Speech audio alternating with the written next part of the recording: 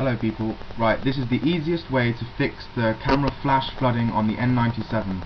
So if, like me, you ordered an N97 and realised after about a month of using the camera that the light from the flash flooded half of your images, and this is the easiest way to fix it.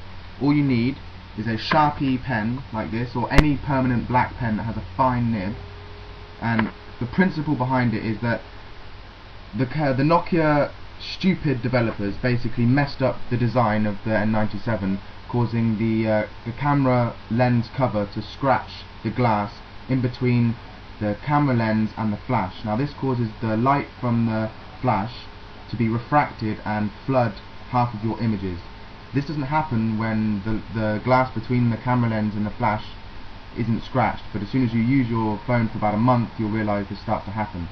So a simple way of stopping this is to stop the light from the flash entering the camera lens.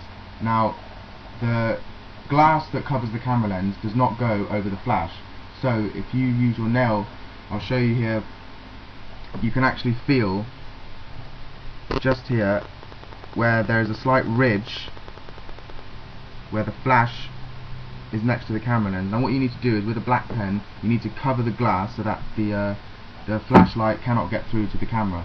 I've included a picture of how to do this, which will show you very simply how to do it, and if you have any problems, just comment and I'll tell you how to do it. It works, it's very simple, all you need is a black pen, and it should be a permanent fix. And if you want to take off the black permanent pen, all you need to do is use a bit of rubbing alcohol and it should come off, but I don't see why you'd want to do that since this fixes the problem. So please try it, it does work, it worked for me, and comment about how it went and rate. So thank you very much.